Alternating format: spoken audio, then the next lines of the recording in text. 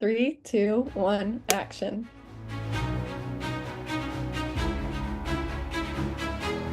Welcome back to episode 21 of As Seen on Screen. I'm Gracie.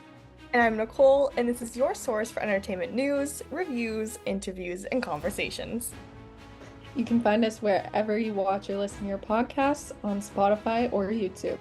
Yes, and we are back with our normal programming, I guess is the word I'm going with.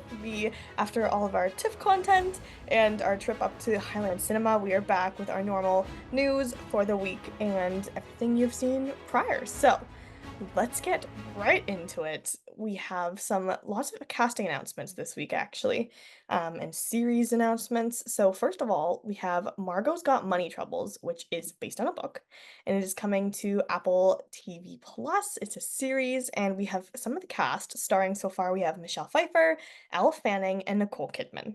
So there will be 8 episodes of this. This was ordered from Apple back in February. So Pfeiffer has been announced with the cast for a while now. We just have Elle Fanning and Nicole Kidman coming in very recently. This is per the novel's plot, since we don't know too much about this show, but the novel focuses on Margot Millet, which is played by Fanning, the daughter of a Hooters waitress, which is Michelle Pfeiffer, and an ex-pro wrestler. Now an unemployed single mother in her early 20s, Margot is struggling to make ends meet, leading her to launch an OnlyFans account. When the father re-enters her life, she starts incorporating his lessons from the pro wrestling world into her OnlyFans work, leading to unexpected success. So that is per Variety, per the novel's description. So that is what Variety is telling us. Um, Interesting. I had no idea what this is about before I read that. So sounds interesting. You know what? As like a drama series, that sounds very fresh, very modern, a very. I think could be great. The cast obviously is amazing, so I'm intrigued to see what this is all about. Have you heard of this book at all, or? No, I have not heard of this book. I literally just went book shopping today, so I love when things are related to books. But no, I have not heard of this. It feels like a very strange plot. I don't know. We'll see. It's one of those things that like we have to see it to fully understand it, I think. Yeah. So we'll know when we know. Yeah, some more information will be coming out about that shortly, I'm sure. But that's all we know so far. I mean, keeping it related to books, I love Emily Bronte.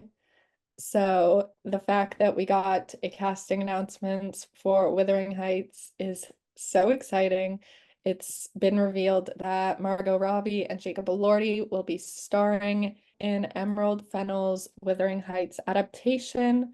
Not much is known about this right now, other than it is an adaptation. How close to the book it will stay, we don't know, but it is in pre-production right now, and they're gearing for it to shoot in 2025 in the UK.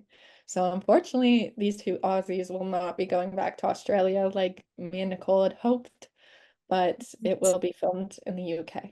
You know what? I'm excited for this because I love Emerald Fennell. If you're not familiar with her work, she directed Promising Young Woman, Mhm. most recently Saltburn, which of course Jacob Elordi also starred in. So I'm excited to see these two back together. Um, but I have not read this book, so I don't know too much about it. But I'm very intrigued by this pairing. Like you were just saying, I think this is going to be interesting to see these two working together. I don't know if I would have ever pictured these two starring in a film together. So I'm I very definitely didn't picture them, but you know what? It's not one of the worst casting announcements we've seen. They're both super talented, and we've seen that they have very wide range in their roles. So I'm not a hater of this. I just, it's hard when you see something in your head and then you get the casting. But yes. that being said, I don't think they're going to do a bad job. So it'll be interesting to see what all these people create together. You know what? I like when Jacob Elordi takes on these roles of like drama, very like serious, like how we kind of saw him on Swift Horses. Saltburn was a little different, but then also it had that edge of It was unique. It like oh, was the yeah, moment. yeah. So Yeah. uh I like these roles for him. So I'm excited. He definitely does fit the role though. Like he just gives off that vibe. And I don't know why, but this brings me back to like him in this role reminds me of when someone was on the red carpet and asked him what he thought about people having books in their pocket. That just seems like such a him thing. He's definitely read the book and he's definitely like, this is a passion project. Moving into more casting announcements, switching gears a little bit away from drama and book adaptations, HBO has their upcoming DC Lanterns series, and they have cast Kyle Chandler to play Hal Jordan. I love Kyle Chandler. I love him in Friday Night Lights. He was also, why can't I place him? Oh, you know what? I always think of the episode of Grey's Anatomy because he was in the one very early on. I can't remember the season exactly, but he was in like the bomb squad. He was the head of the bomb squad when they came in. And I always think of his character in that. But Friday Night Lights is obviously what he is probably most known for. I love him in that too. So this is a great. I think this is a good casting announcement. I'm sorry. I really just want Ryan Reynolds to do a tell-all about what happened that made him hate Green Lantern so much because I find it so fascinating. And I know he saw this posting and he's sitting at home saying something to Blake. As much as I'm so happy about this casting, and I think it was such a good idea to have Kyle in this role, my mind just goes back to Ryan Reynolds and what his thoughts are. Like, is he sending Kyle a message saying, do not do it? Like, I don't know. I think it's funny too because especially since that's how he met Blake, but like that's how they met, right? Yeah, that's how They their first whole love met. story started. And there was an interview from somewhere in the Deadpool Wolverine press tour, and someone asked him if their kids have seen it, and he's like, "No." And I was like, "If Never. if I was their kid, I would love to see the movie They're that like, their mom and dad parents are met." Yeah. together. They'd be like, this is how we fell in love. Because, like, if you look back at the Green Lantern, like, press junkets they did, the chemistry was there. Like, they were in love. But man hates this movie. He hates it with a passion. And I want to know why so badly. Like, I will pay him money. But yeah, it'll be exciting to see Kyle back in a series. He hasn't acted in a series since 2022 with Super Pumped, so he's back in television. I know Yeah. you're excited for this next one. I was gonna say it might be a little early for this one. Oh, I was shocked the announcement came before Halloween. Like that's crazy. But you're like, no, it is this is not too early. absolutely appropriately timed. Sabrina Carpenter is once again being an icon. I don't know if you expected this, because I did not expect this, but she is doing a Christmas special called A Nonsense Christmas on Netflix. It'll be out December 6th at 9 p.m. Eastern. Usually for these Netflix specials, especially Christmas specials, we expect Mariah Carey. And I love that she did a little nod to her in the promo video, asking fans if they were expecting someone else. But she is just so cheeky this year. And so she's become the it girl of just being dirty jokes, being risky, being an icon. Like, I'm so excited to see what she has in store for this. But I'm also like, I really hope everything goes well because don't get me wrong, I love Christmas, but sometimes Christmas specials are like hit or miss for me. That's fair. So I feel like that's fair. I don't know. What do you think? I think it'll be cute. I'm like you. I did not expect this at all. And yeah, I love how she's just riding the wave of everything that's happening this year for her, from opening for Taylor, in the Eras tour and some of the shows, and just the new album and all the success that's been coming for her. I think it's very exciting to see. So I think this is just a cute little way to end the year for her. I think a lot of people will enjoy it. And like it just looks cute. So I think a lot of people will be happy that this is coming out. Honestly, she's just gotta ride this wave as long as she can. Get Yeah. your check, girl. Do your thing. Live your life. But in more exciting Christmas news, the Hallmark Channel Countdown to Christmas movie calendar came out for this year. I'm a very big Christmas person, guys. Like I'm talking like my tree goes up in my house in the first weekend of November, like Christmas. Um, I was actually listening to a Christmas song on the train ride home today Girl, you cannot do that. because it was in my sad playlist, and I was listening to my sad playlist. I don't care. It was It is on, not even October. Listen, I'm all for Christmas music. As soon as Christmas comes, the Glee soundtrack is on with their Christmas music. But was that what you were listening to? No, no, no. Have you Oh, listened? okay. When is the last time you listened to The Trouble with Love by Kelly Clarkson from Love Actually? Probably when I last watched Love Actually, which was years ago. Banger. It's so good. Dude, Kelly Clarkson always has bangers. Come on. Banger. Especially for movies like Right? Breakaway, Princess Diaries. Yes. He always kills it. See, I feel this is justified now. I see. Hmm, sure. So Hallmark announced their Christmas movie calendar this year. Of course, it starts October 18th. See, not even a month out. I feel less crazy. No, I'm still crazy. It's okay. They have what do you mean it's starting October 18th? They have a whole Halloween fest thing. They do, but I think it's last year or the year before that, they started putting them out in October. So October 18th, 19th, 20th, and then the following weekend Hallmark. on the 25th, 26th, and 27th, we get six new Christmas movies in October. And then in November, I should have counted this before we started. In November, we have 17 new movies, and then December, we have nine new movies. Um, Like November is understandable, but like Halloween movies are supposed to be in October. I I do love agree with that. Hallmark movies. See, this is where I am conflicted in my love for holidays because as we know, I'm a big horror movie person. So horror movies are all October. But then Christmas Yeah, starts dwindling in and I'm like, what do I do? Christmas is November 1st, we'll I agree. say. This is what I usually do on Halloween. I say usually, I just did it last year. Last year, what I did on Halloween is I watched a horror movie and then at midnight I put on a Christmas movie. No, you know what you gotta do? You gotta watch The Nightmare Before Christmas, because then that's basically both of them together. That's fair. That's very fair. That's true. I usually watch Like, Halloween or Scream on Halloween. Those are my two. And then, but yeah. Anyways, anyway, why are we bringing up Hallmark movies? because we have I still can't believe this is a thing. Holiday Touchdown, a Chiefs love story. Now, if you saw the videos of them like joking about making a Kansas City Christmas love story movie like I did and It thought it was was a not a joke, joke. you're not alone. This is real. This is truly coming to Hallmark Channel on November 30th, Saturday, November 30th. You can watch it. It is starring, Hunter King, Joey King's sister. so it stars Tyler Hines, which is if you watch Hallmark Channel, he's in a ton of projects constantly all through the year.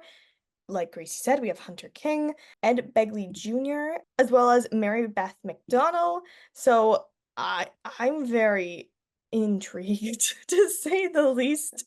IMDb says Alana Hickman, a diehard Kansas City Chiefs fan, and her family are competing to win the team's Fan of the Year contest, and the process judged by the director of fan engagement, Derek. I don't know about this one. I'm a big Hallmark movie person, but this just seems a little too far-fetched, actually. Yeah. The icing on the cake for this is that Donna Kelsey, Travis Kelsey's mom, is in this film, and I love that for her. She said Getting I'm her getting that check. check. Oh So goodness. we'll have to see. Maybe it'll be really good. Moving on from Hallmark movies about football players. We have a new Amazon Prime Video TV show that is also based off a novel. We're back to the novels here. It's based off actually a few Yeah. novels, a series, yes, called Scarpetta. It is based off of the crime drama Patricia Cornwell wrote, and it already has two seasons greenlit, and it stars Jamie Lee Curtis and Nicole Kidman as starring in it and executive producers. For those of you who don't know what it's about, like I did not until I Googled it, the series follows Kay, who's a chief medical examiner who returns to her former position in Virginia and deals with both gruesome cases and complicated relationships in her work and personal life. So there's a lot of drama that's going to be there. It sounds like it's going to be kind of gory. I'm excited. I'm always up for crime drama, especially if it's like one of those whodunits, but I don't think this is gonna be like that. Crime dramas are one of my favorites. I'm a huge like crime thriller series person. Like I've always watched FBI and Law and Order, which aren't quite crime thrillers, but those have been the shows I've always loved. So of course, crime thrillers are right up my alley. So I'm very excited for this one. I think it'll be good. I mean, I know it's greenlit for 2 seasons, but I just want to point out the fact that this series of books has 28 books. So they could really milk this and go for the long run. They definitely could, or it could be interesting to see like how much they try to condense Yeah, into I'm like, is what. one season just gonna be one book? Yeah. Or are we gonna do those like mush seasons to get or mush books together in one season? So it'll We'll be see. interesting. Something I'm very intrigued about that is coming to Disney Plus from director Kenny Ortega, which if you're in our age group, you grew up with him. Phantom of the Opera adaptation coming to the streaming platform. If you aren't familiar with Kenny Ortega, he directed all of the High School Musical films, all of the Descendants films, um, and a few other things as well, obviously. He's amazing. So this will be cool to see. I'm actually not like overly familiar with the Phantom of the Opera story, so I'm excited to be able to learn more about it and then watch this adaptation. I think it'll be cool, but Kenny Ortega always kills everything he does. Obviously, in the realm of musicals, it is completely up his alley. So I think this was a great fit for him, and I think this is a great decision on Disney's part. I will stand on this hill until I die. I love Kenny Ortega. I love everything he's done. He is such an icon. He can do no wrong. Like this man is a godsend in the musical world.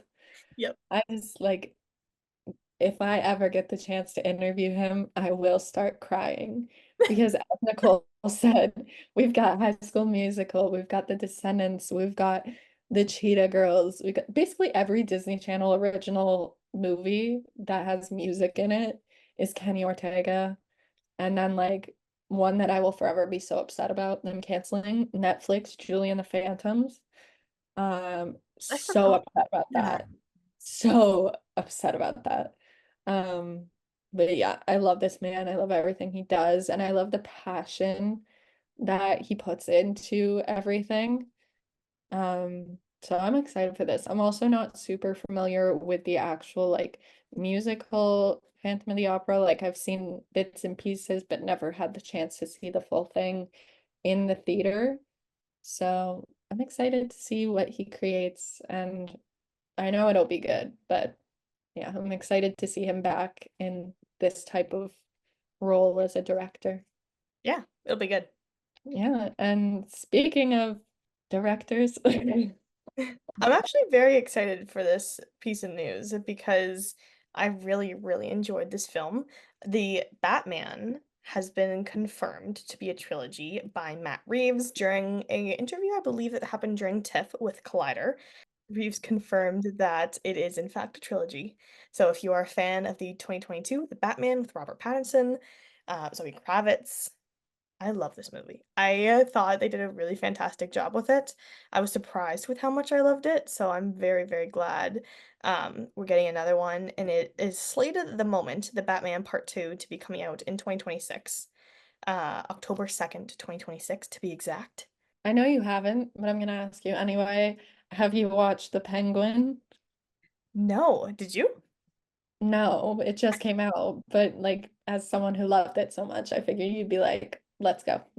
We just read before we started this, actually. I believe the number was 5.3 million, did I tell you? The Penguin received over its streaming platforms in its first 4 days of streaming 5.3 million views, which is kind of insane when you think about that. That's a lot for a series. So good for them. I mean, don't hate me. I'm just so behind on my watch list, but I still have not watched The Batman. It's so good. You gotta watch it. I literally wanted to see it as soon as it came out in theaters, and then I was in school. So for 2 years ago. I know, I was in school and I had like so many assignments, and I was like, it's okay, I'll see it next week. And I just kept pushing it and pushing it. And then it came out, and I was like, I'm gonna watch it, I'm gonna watch it. And I just have not made the time because then new movies come out. And I'm like, oh, I need to watch this because I know if I don't, I'm just gonna keep pushing it off. So the Batman is still on my watch list, but I have been wanting to see it since it was first released two Well, you years. can rent it on Apple TV.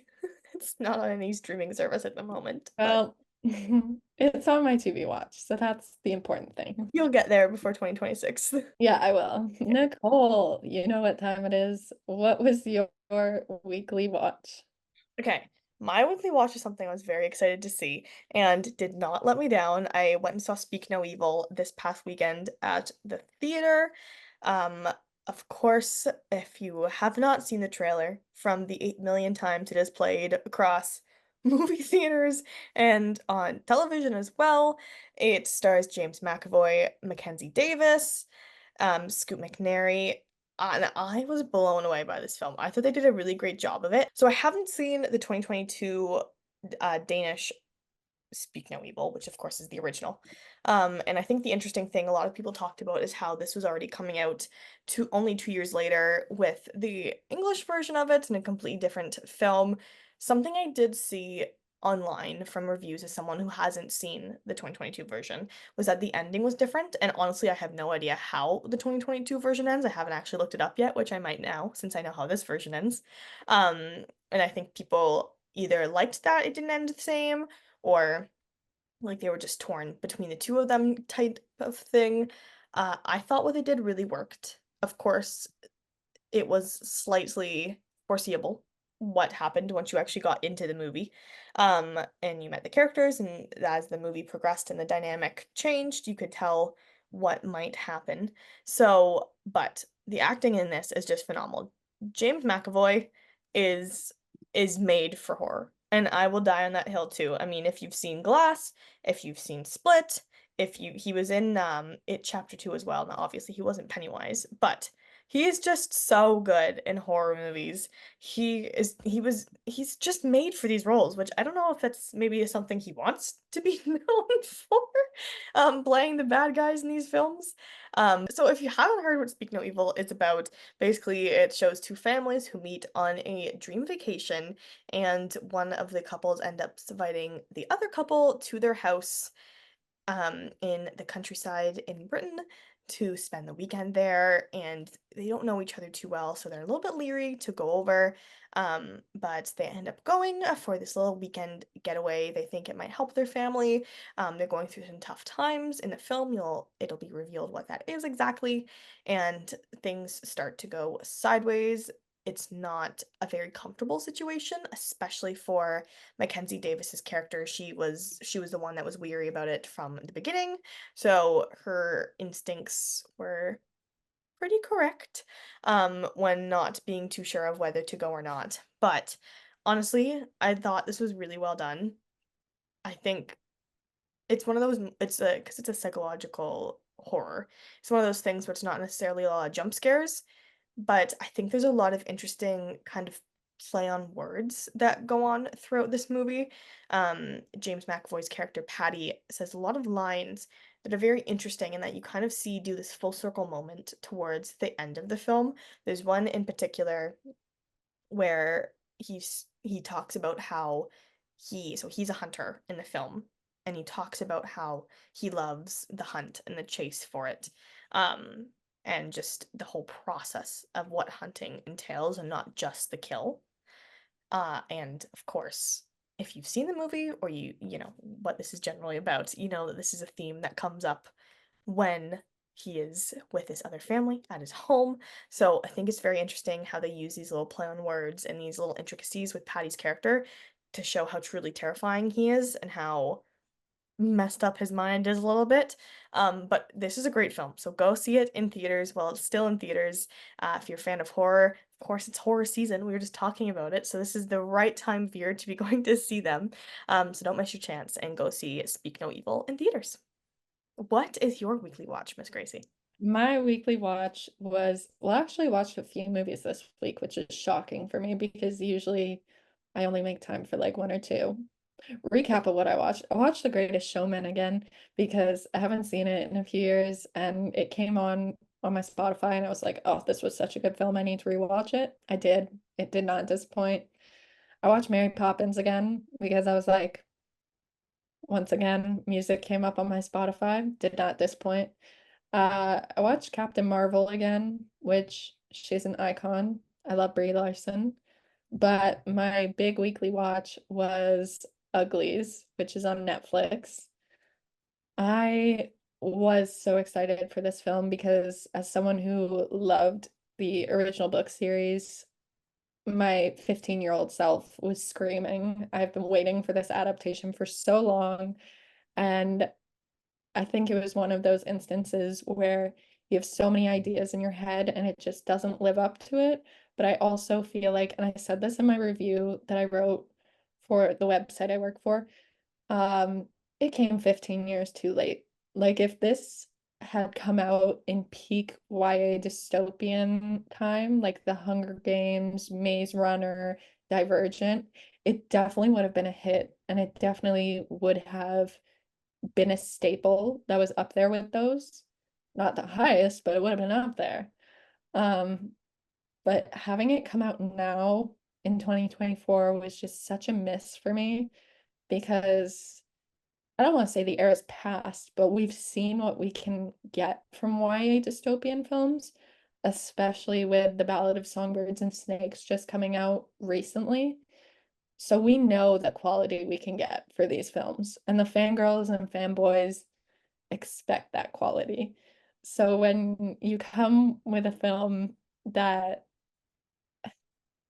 I say this with love and care to everybody that worked on this film because I know how much hard work went into it, but the CGI just seemed really like half done and the action sequences just weren't really there. And my big problem was the pretty filter literally looked like something you could find on Instagram or like Snapchat, as opposed to making them actually like pretty. So I don't know. The chemistry wasn't there for me. It kind of just felt like a bunch of old Netflix characters coming together for a new film. So I was just overly disappointed with this. But I say that as someone who loved the book series. So no hate to you, Scott Westerfield. I agree. I watched it the other night too. It was You were texting me, you were like, what is this? I texted her as I was starting it. I think I texted you because I said the opening scene, the sequence in it, very much reminds me of the video they show in the first Hunger Games film when they're showing at the Reaping, the video they show to all the districts being like why we have to do the Hunger Games. It kind of very much gave me those vibes, so I was just laughing about it. I thought that was funny. But I have to agree with you on like it felt like they were filtered. Like it just like and like Yep. obviously they're trying to show the difference between in this society what they perceive as uglies and what they perceive as pretties. Um, The message was still there. it was very much there, It but I was just just lost. thought like why do we make them look like they're wearing a filter? I feel like I think in my head in the movie what I was expecting them to do was almost just like honestly throw a bunch of makeup on them, change Yeah. to Europe because they're all gorgeous people to begin with. Even So if it was what were like you gonna do? plastic But surgery, yeah, like I can understand that, but this just looks like fake. And also, the hoverboards that they use. Do you want to know what I just found out? no. They were made out of styrofoam. Oh. You're telling me with that budget, those hoverboards were styrofoam? I knew CGI was off, but damn. So yeah, those are our weekly watches. You can catch them in theaters and on streaming uh now. But yeah, what is your song of the week, Gracie? My song of the week is Good Graces by Sabrina Carpenter because I'm manifesting Sabrina Carpenter tickets this week. I love that for you. What is yours? For for some reason, I don't really know why. I feel like it happens with the seasonal changes that I go back to my sad playlist on Spotify. Like Valid. autumn just feels very like sad for me at the moment. But Valid. anyway, I've been listening to a lot of Taylor Swift from Tortured Poets Department, So Long London, and How Did It End? I also really love Lewis Capaldi's song from that was in It Ends With Us, Love the Hell Out of You. Mm. That's a great song as well. And I'll bring up The Trouble with Love Is by Kelly Clarkson again because I've been listening to that a lot today specifically. So Yeah. yeah, those are my songs of the week. Well, we are getting to the end of the episode, so let's go through the upcoming releases for the week. Nicole, wanna start us off? So since we haven't done this in a few weeks, we thought we'd go back just a few days to catch up on a few things we wanted to mention. So on Tuesday this week, on the 24th, we had Ellen DeGeneres' For Your Approval come out on Netflix. So Ellen is back. I haven't had a chance to see it yet because we are filming this on the 23rd, so it is not out yet. We are filming this. But did you, when you looked this up, what this is, this like a stand-up show? Is this what kind of show It's is it? her last stand-up show before she retires. Oh, so it's So bittersweet. she's kind of done with the public. I think there's been a lot of scrutiny her way for many years, so I can't quite blame her no matter what right or wrong sides everyone was on that. But anyways, You know what? If you watch the trailer, it's literally one of the first things she says is she makes a jab at the whole situation. So it's it's fair to say she's taking it pretty well now. perfect. Amazing. Yeah. What is next on the list? September 26th, Netflix is having a new series with Kristen Bell. Nobody Wants This. I'm pretty excited for this one. This week has been a lot of press for that, and I've been loving the press actually. And I am a huge fan of Adam Brody. I love the OC. True. Love the OC, and I honestly love Kristen Bell too. So It's just, it looks like a power duo, so I'm excited. Tomorrow's a massive day for releases. I'm Real. just thinking, oh my goodness. The Wild Robot is something I saw at TIFF. It's in theaters tomorrow. Can't recommend this enough. I really wanted to see this at TIFF because it got so well received on the premiere and the first few screenings before I saw it. And it was incredible. It is definitely living up to its hype of contender for Best Animated Picture at the Oscars this upcoming year. So definitely check that out. And the cast is just incredible. So don't miss it. We also have Lee, which has been shown at quite a few festivals now. It stars Kate Winslet, and it covers the real life story of this woman who was a war photographer and her life traveling places and covering such big events. It's been getting really good reception and love from the people who have seen it that are part of the press. So I'm excited for it to finally come to theaters for everyone to see. We also have Amber Alert, which is going to limited theaters as well. This follows a rideshare that turns into a high stakes game of cat and mouse after these two people follow a car that fit the description of an Amber Alert that's been sent out. So sounds very interesting. I'm excited to see it. Yeah, Netflix also has a lot coming out on September 27th. We have Will and Harper, which is the documentary that we talked about that was at TIFF. And of course, we have Resball, which was also at TIFF. Lots of TIFF movies coming out. They're gonna start We tripping. love to see it.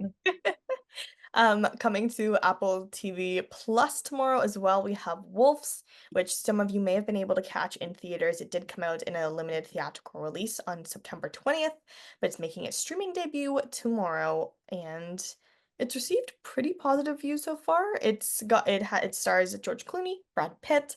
It looks fun for the trailer, so I think it's because it's almost Halloween season that we have so many horror thriller movies and TV shows. But ending off the list, we have Apartment 7A, which is coming to Paramount Plus. This honestly just looks so scary to me. I don't like it. I I don't know. I don't do well with horror. It's one of those mind mess up movies, actually based on Rosemary's Baby. what Nicole said, but it's also about a struggling dancer finds herself drawn into dark forces by a peculiar couple that promises her fame. So the performances look killer just from the trailer. But yeah, definitely a psychological thriller. Well, that is also you have your watch planned out for the rest of the week because if that's not enough to watch, then I'm impressed with how much you can fit into a week of watching films. A last reminder too, just to make sure, head over to our Instagram at as seen on screen, you can see it below, to enter our giveaway for one of 3 Blu-ray copies of Despicable Me 4. Thank you again to our friends at the Terra Group, and that closes tomorrow at 6 p.m. Eastern Standard Time.